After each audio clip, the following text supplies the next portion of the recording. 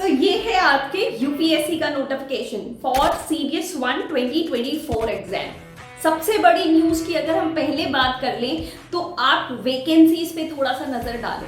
There are same number of vacancies when we talk about IMA, INA and AFA, but OTA men की अगर बात करें पहले का नोटिफिकेशन से कंपेयर करके पहले 169 सीट्स थी, अब 275 हो चुकी है। 206 सीट्स फॉर ओटीए मेन बढ़ा दी गई है, that means short service commission के लिए। और when we talk about OTA women, पहले 16 सीट्स थी, अब 18 सीट्स हो गई है, दैट इज मेकिंग +2 सीट्स हो चुकी है। ठीक है, अब बात करते हैं कि whether you are eligible for that or not। अच्छा, अब कंपटीशन कम हुआ है क्या इंक्रीज सीट्स की वजह से? लास्ट में आपको आरटीआई के थ्रू दिखाऊंगी कि व्हाट इज द कंपटीशन का ग्राफ अभी। ठीक है, पहले बात करते हैं कि whether you are eligible for that or not। अगर एज वाइज बात करें, नोटिफिकेशन में थोड़ा सा कंफ्यूज हो सकते हो, मैंने थोड़ा सिंप्लीफाई कर दिया है आपके लिए। अगर आप आईएमए के लिए अप्लाई करते हो, अगर आप आईएनए के लिए अप्लाई करते हो, तब आपका जो डीओबी है वो 2 जन 2001 से लेके 1 जन 2006 के बीच में होना चाहिए। क्लियर? इनके बीच में ही आपका डीओबी होना चाहिए, और जो आपका डीओबी है वो डॉक्यूमेंटेड होना चाहिए। स्पेशली मैट्रिकुलेशन सर्टिफिकेट में वो कहीं शो होना चाहिए कि this is your date of birth, और ये इस ब्रैकेट में मैच होना चाहिए।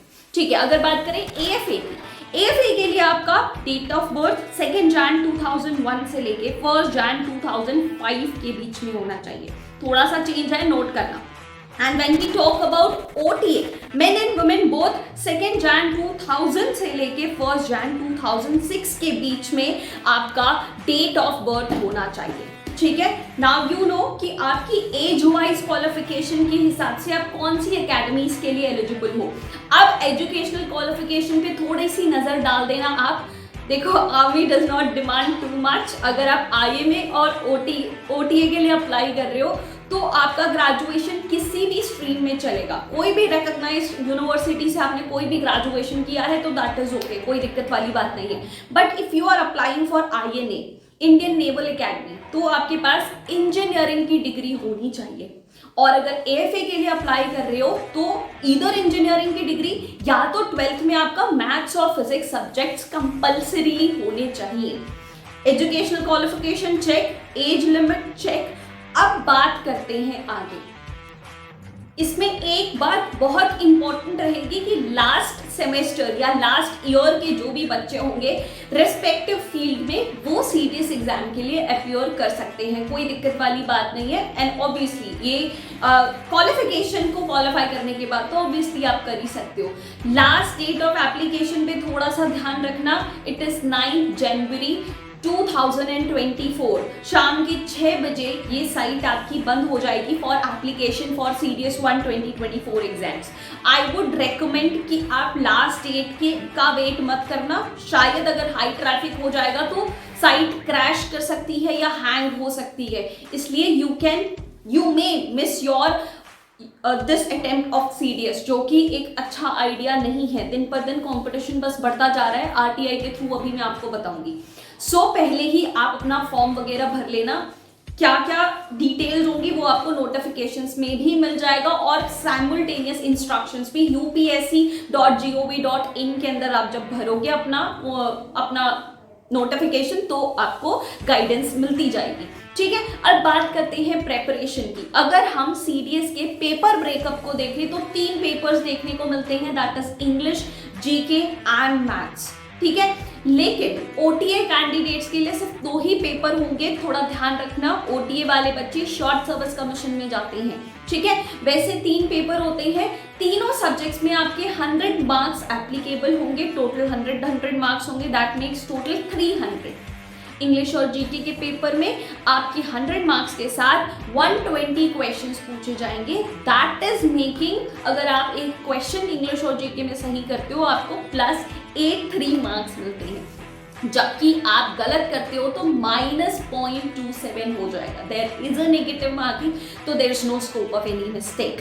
ठीक है, जबकि मैथ्स की बात करें 100 मार्क्स का पेपर है, 100 ही क्वेश्चन पूछे जाते हैं, दैट इज मेकिंग एक सही सवाल का एक मार्क्स सही और एक गलत आंसर का 0.33 माइनस आपके होंगे। ओटीए कैंडिडेट्स का टोटल 200 ही होता है, मैथ्स नहीं पूछा जाता। इसमें भी एक बहुत इंपॉर्टेंट टर्म्स एंड कंडीशन ये है कि आपका टोटल मेरिट के हिसाब से तो मार्क्स जुड़ते ही हैं, but individually and in each and every paper you have to score 20 marks minimum. ये आपका एक सेशनल कट ऑफ है। ऐसा नहीं हो सकता कि आपने टोटल 100 मार्क्स जो कि मेरिट के ऊपर जा रहे थे, मेरिट है ना, मतलब कट ऑफ के बियॉन्ड है ये, तो आपका चलेगा, बट अगर एक सब्जेक्ट में आपके 20 से कम मार्क्स है तो दिस इज नॉट अलाउड, आप एग्जाम को क्वालिफाई नहीं कर पाओगे।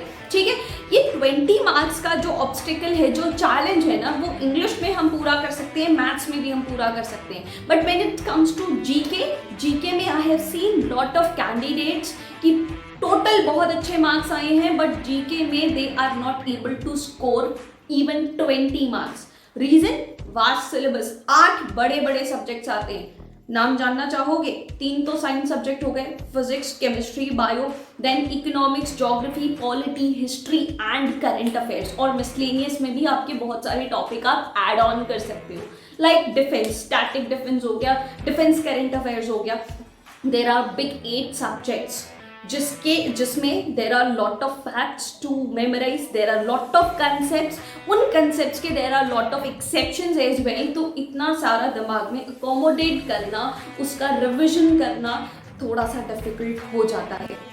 सो इसी पर्पज से इस बार तो भाई मैंने सीडीएस की वर्कशॉप लगा दी है, लाइक नो टेक्निकल अपग्रेडेशन, जो रियल एसेंस, जो देसी तरीके से तैयारी होती है ना, जिस तरीके से एक्चुअली मैंने की थी और I have cleared CDS exam 4 times in a row, जो मुझे एक्चुअली चीज हेल्पफुल हुई थी। लोग जीके में इतना स्कोर नहीं कर पाते, इंग्लिश में स्कोर कर जाते हैं, जबकि मेरा इंग्लिश में उतना ज्यादा स्कोर नहीं होता था। I score well in GK.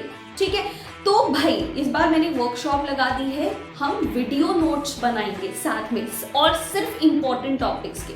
Problem क्या होती है, हम इन डिटेल सिलेबस को पढ़ना शुरू करते हैं और फिर PYQ देखते हैं, हमसे क्वेश्चन सॉल्व नहीं होता। इतनी मेहनत करने के बाद देयर इज नो रिवॉर्ड, जिससे हमें मोटिवेशन नहीं मिलता। तो भाई इसमें, इस वर्कशॉप में I will cover only important, ताकि आप मिनिमम पढ़ाई के साथ भी प्रीवियस ईयर क्वेश्चन देखोगे तो आपको दिखेगा कि मुझे ये क्वेश्चन भी आता है, मुझे ये क्वेश्चन भी आता है। उस कॉन्फिडेंस के साथ अगर आपको रिवॉर्ड मिल रहा है अपनी मेहनत का, तो शायद आप और ज्यादा मेहनत के लिए मोटिवेट होंगे, बीच में आपकी पढ़ाई छूटेगी नहीं, आपको नेक्स्ट स्ट्रैटेजी देखने की जरूरत नहीं पड़ेगी।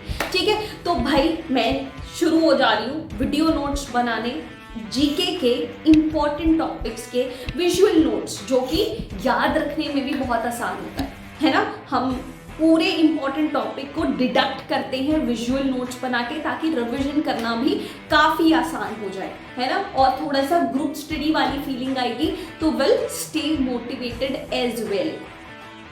डिफेंस मेनिया ऐप पे ये चीज़ आपको मिल जाएगी, CDS 1 2024 video notes by me आपको मिल जाएगा, बाय शिवानी सोनी, ऐसे करके। तो भाई अब वेट नो मोर, अब नहीं, अब है ना, शुरुआत से शुरू करो और फटाफट लगते जाओ।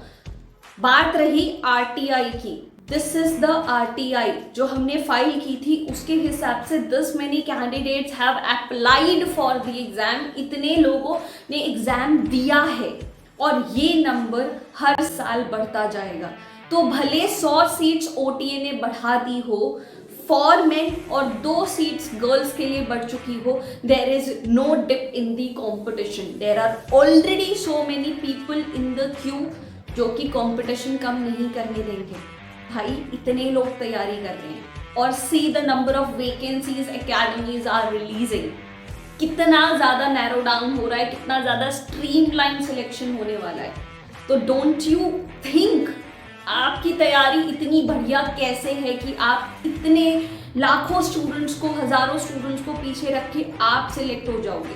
How are you different than these people?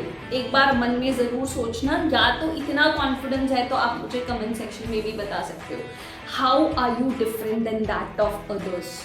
सबको सेम प्रॉब्लम्स है, डिस्ट्रैक्शन ले लो, कंटिन्यूटी ले लो, कंसिस्टेंसी ले लो, रिसोर्सेज ले लो, अबंडेंस ऑफ रिसोर्सेज या लैक ऑफ रिसोर्सेज, दोनों इक्वल ही परेशान कर देती है। ठीक है, We all are in the same group, same age group. We all are facing nearly same kind of challenges, but still, who will get through? उसमें ऐसे क्या सुपर पावर्स होंगे? Do you possess that superpower? Do let me know.